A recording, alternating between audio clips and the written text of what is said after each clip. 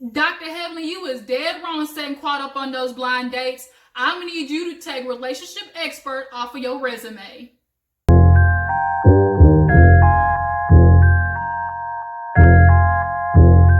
Like the way she worked. What's up, you guys? Your girl is back. I promised to give you Married to Medicine, so that's what we're gonna talk about today.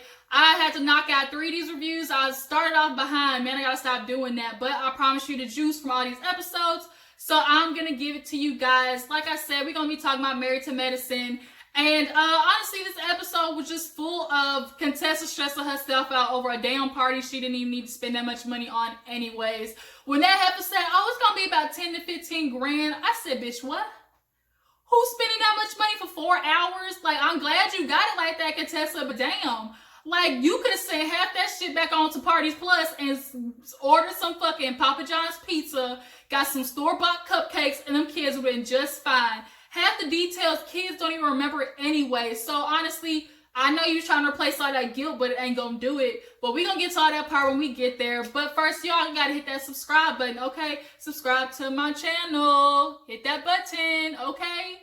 Don't waste no time. All right, you guys, let's get into the episode. So basically, like I said, it's Contessa. We see Contessa running around the house like a chicken with a head cut off. She's, talking to the party planner. So I want this. I want lions, tigers, and bears. Can we do that? I want a train coming down the driveway. Bitch was going cuckoo, all just to cover up her mommy guilt. And when I see this, honestly, I am starting to see that she's looking for somebody to blame for what she feels. She wants to blame Scott for her quitting the program, but at the end of the day, Contessa, you did that. Scott didn't tell you to do that. You did that on your own accord because you felt guilty about how it was affecting your kids. But instead of, understanding that the blame is on you, you need to put it on Scott. You are projecting hard AF. But what else would we expect? Sometimes as couples, you do that when you start fighting. You can only see what the other person is doing wrong. But after that, we see another wrong situation. Heavenly. What the fuck was this blind date that you set Quad up on? That's why your ass tripped on the way into that damn date, because that was just a bad omen. It was letting you know this shit is already messed up. So Quad comes in, looking like a sunflower daisy, booty out, all in this yellow dress, Heavenly, laughing and stuff. I set you up with a good dude. And she made sure to say, well, I ain't seen him in a long time. She made sure to cover her ass. So this dude walks in looking like Vampire Brooklyn, Velvet Crush jacket, egghead, and Quad was just looking like, you could tell she was trying not to be mean or give off a bad energy, but it wasn't what it was. Come on, Heavenly, you better than that. So Mr. Henry, I guess he's a dentist, he sits down, they're just doing a little powwowing, and, Heavenly gets cracking, like, nigga, what's your credit score? And this fool got the nerve to say, I don't know my credit score. But you're a dentist, a successful dentist at that, but you don't know your credit score?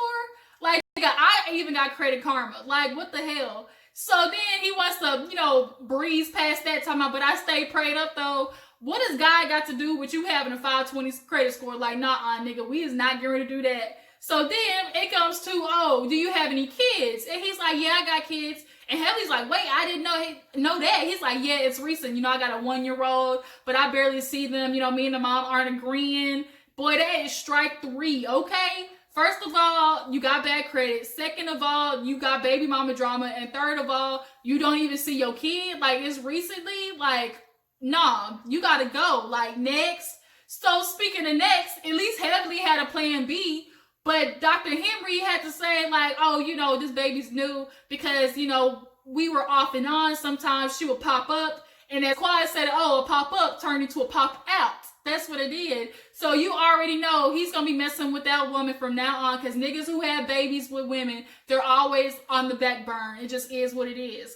So we see this big and tall ass man come in, and that is plan B for Dr. Heavenly. He comes over, and, he is at least a little way more of a, compatible person for Quad. The problem is he had about 200 pounds on him that Quad didn't want. So he sits down, and Henry and Quad are looking like, who the fuck are you? And Heather's like, oh, this is Dr. Wakefield, Quad, just in case things didn't work out with Henry, I got to have a plan B. So Henry's feeling some type of way, obviously. And then Quad's like, let me go to the bathroom. So she goes to the bathroom and she is just blurting out to this white woman in the bathroom because she is scared. She don't know what to do. Her nerves is bad. And, the girl's like, really? She's like, girl, I got 2 men out there. I don't even know. All of a sudden, we see Henry get up and Heather's like, where he going? We see his ass walking to the bathroom. And so Quad's like, whoa, like, homie, what you doing? He had the nerve to be like, get out, like, I need the room. So white woman ran out of there fast, quick, fast, and in a hurry. She did not waste no time. She said, it's a nigga in the bathroom. I can't do this. Management, please. Like, she ran. So now Quad's like, you do know this is the female bathroom. He's like, yeah, I'm a little strong, but, I'm just that way. I just couldn't leave without saying bye to you. Bro, you couldn't wait 2 minutes for her to wash her hands and get out the bathroom? Like, Heavenly, no, ma'am. You set her up with a man that I'm concerned. Like, Quad could have been on first 48, Heavenly. Like, girl, no, ma'am. So now Heavenly got to come into the bathroom and kick him out. He tried to get his little touch in when he hugged Quad. You can see what he was doing. So Heavenly's like, I guess it's the yellow dress. And I said, I guess so, too. So now after they dismissed Henry and his bad credit having ass, they go and sit down to Dr. Wakefield. Now, honestly, Dr. Wakefield wasn't bad. Like, his credentials were good. He's divorced, so him and Quad got that in common. But at least, it's some time between him and his ex. So, you ain't got to worry about that kind of drama. And he does have kids, but at least they're older. So now, Quad, we all know you and kids is iffy. So you ain't got to worry about, really playing stepmama because they're 26 and 18. So he had some good, ticks on the box. But the problem was he just wasn't, Quad's taste. He was a little bit too big and a little bit too tall. And then he was like, he divorced his wife because, she wasn't as basically work ethic strong as he was. He's an entrepreneur. Heavenly definitely pointed out that he was a multi-millionaire. And the problem is his wife didn't want to work. He didn't want no stay-at-home, woman that was just going to suck up all his money. AKA another Toya and Eugene. So, Quadly's got her own career now. She got her own books and stuff. She got rid of all her failures, as Heavenly call it, picture perfect pups and shit like that. So, I think Dr. Wakefield would have been a good dude to keep around just to have, like, little dates when you're bored. A nigga is going to pay for your meal, like, when you hungry. Because he paid for the damn date. Heavenly's like, I'm having them bring the ticket to you, Dr. Wakefield. Is that okay? So he's like, yeah, because he real confident. Quad thought it was a little arrogant. I didn't feel that way, did y'all? But you can tell, like, he's sure about himself. He knows what he brings to the table. And Quad, that's the type of man you keep around. He don't got as much drama as Dr. Henry. Like, he definitely could have took you around the world and brought you back, and you ain't got to worry about giving him none. Just keep him, that's the type of dude you just kind of keep in your back pocket. So, after that, we got to talk about damn Jackie and Curtis.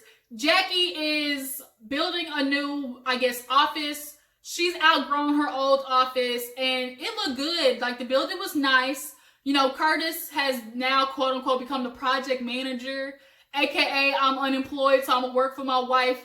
Him and Cecil, I tell you, like, they is basically on the bench with the water. They are water boys right now. Honey is on in doing all the work, baby. I'll be there for you with a towel, a water bottle. I'll rub your legs if you need to. Like, they's gonna be behind their women because, Curtis claimed he retired from, coaching or whatever. But, at least he knows all the details about what's going on with Jackie. The only thing I fear is, Jackie, you built this whole new empire and you're right back at the same problem that you and Curtis had in the beginning, which is your ass work too much. And if the nigga did it the first time, what makes you think he not gonna do it again? Like, honey, Jackie, it's okay to take off of work. And I really feel like she's trying to cover up the hurt of not having a kid. And like, when she goes home, like, there's nothing really there. So she keeps herself busy with, kids from being, like an OBGYN, like being around that type of environment. Like, girl, it's not healthy. It's not. So we see, what happened after that? Oh, it's the day of the carnival party, basically.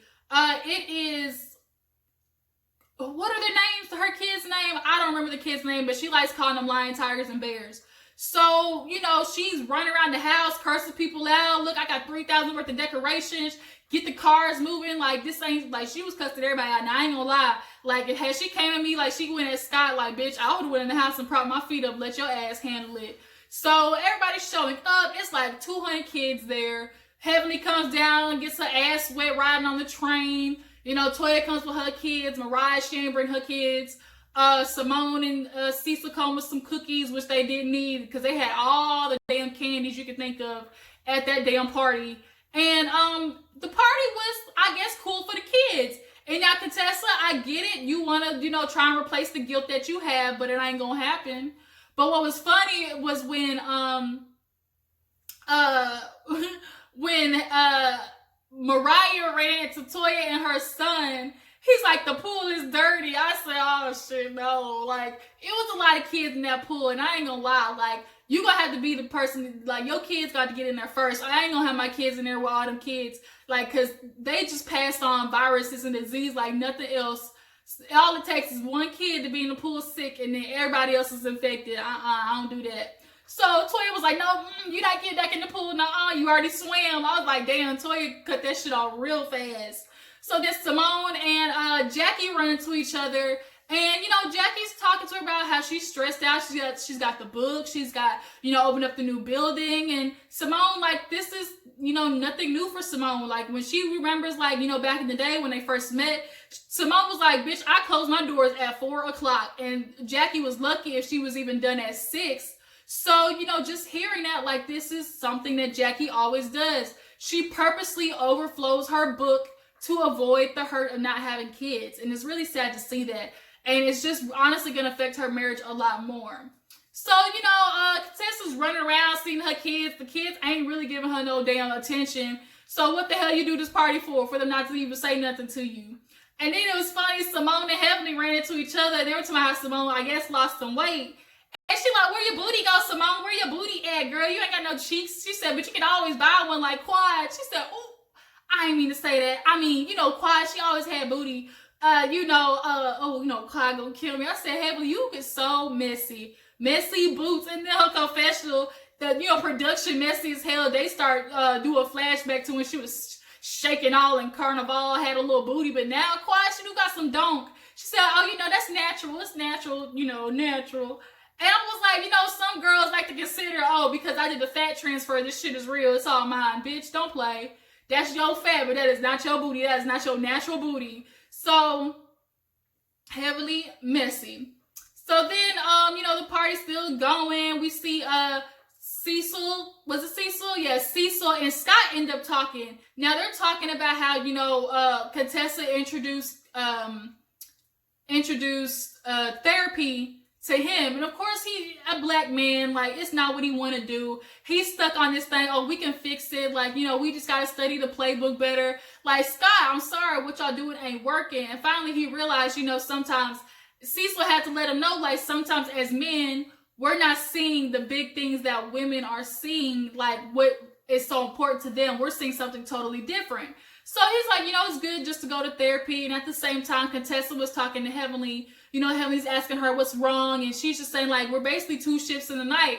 They're roommates at this point. Like, they just are breezing past each other, sleeping in separate rooms, no intimacy. And I think it also has a lot to do with Contessa purposely is not being, you know, open to him. Contessa just kind of seems like a person once she's, like, shut down, like, that's it.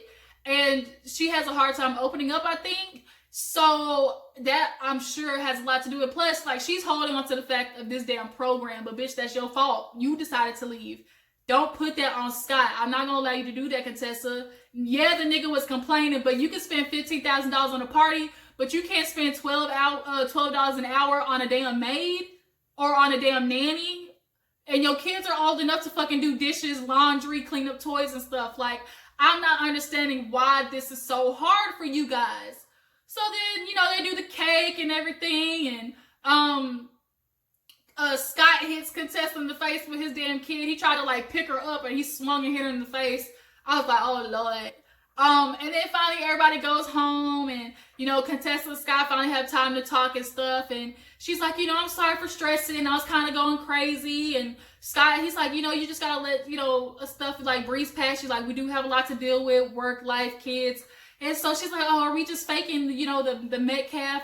And here we go again, talking about, oh, you know, we just got to do better, study the playbook. What playbook you talking about, Scott? like the playbook of life, the playbook of relationships. Like, I'm not getting it. Like, what y'all are doing obviously ain't working. You need help. You might want to go to Iyanla because that bitch knows how to fix some problems. Hell. So then we see Buffy, she went through a scare. She actually went to Dr. Simone's office, had her do like a little exam on her, and she found some little nodules like right on her armpit. And Buffy has a family history of cancer, and I honestly get it because I went to the doctor one time, and I was kind of like, a lot of women get these, they're like fibricistics, like basically a lot of fat that kind of make a knot in your boobs and stuff. But, you know, luckily that's not, you know, harmful. So she actually ends up ordering her to get like a mammogram and stuff. And she ends up going with Buffy to the doctor's appointment. So they get to the doctor's appointment, and the doctor kind of basically like co-signs what Simmone said. Oh, you might just have a little extra memory fat, whoop-de-woo. But because you have history of cancer, you know, we'll do a mammogram just to be safe. So she gets that done. And it was kind of tough to see her go through that. Like, she is struggling, and doctors for her are just a bad thing. It's kind of like a PTSD thing because when her and her husband first got married, they tried to have kids, and she couldn't do it. And, you know, that was hard for her. And that's we kind of saw that moment, like when they got to the party, her husband was like, oh, kid overload. But she's like, you know, kids, like, that's what I want. And that's where the episode ends, with her at the office. But we see in the preview of the next episode, she low-key gets blasted by Jackie when Jackie was doing her book event. She was talking about how, oh, you know, you guys, I can't have kids. You know, Duffy, you can understand you're infertile as well. And Buffy was like everybody could tell, like, that stung. So we're going to see how, like, I don't know how that's going to play out next episode. But you guys, I don't understand this damn Contessa and Scott beef with them damn kids. 15 grand was too fucking much, okay? And heavily in this damn blind date, no ma'am, no ham, don't you ever do that again. I would have kicked damn heavily in her chest for putting me in something like that. I will not. Okay, I will not. So thank you guys for tuning in. That was the episode. Drop down in the comments and tell me what you think. And I guess, I don't know what's after next to review. If there's any shows that you guys would like me to review, y'all drop down in the comments and tell me what they are. I appreciate you for tuning in. Don't forget to follow me on Twitter at ggdoll0321. And y'all like this video and subscribe to my channel. I will catch you guys on the flip side. Deuces.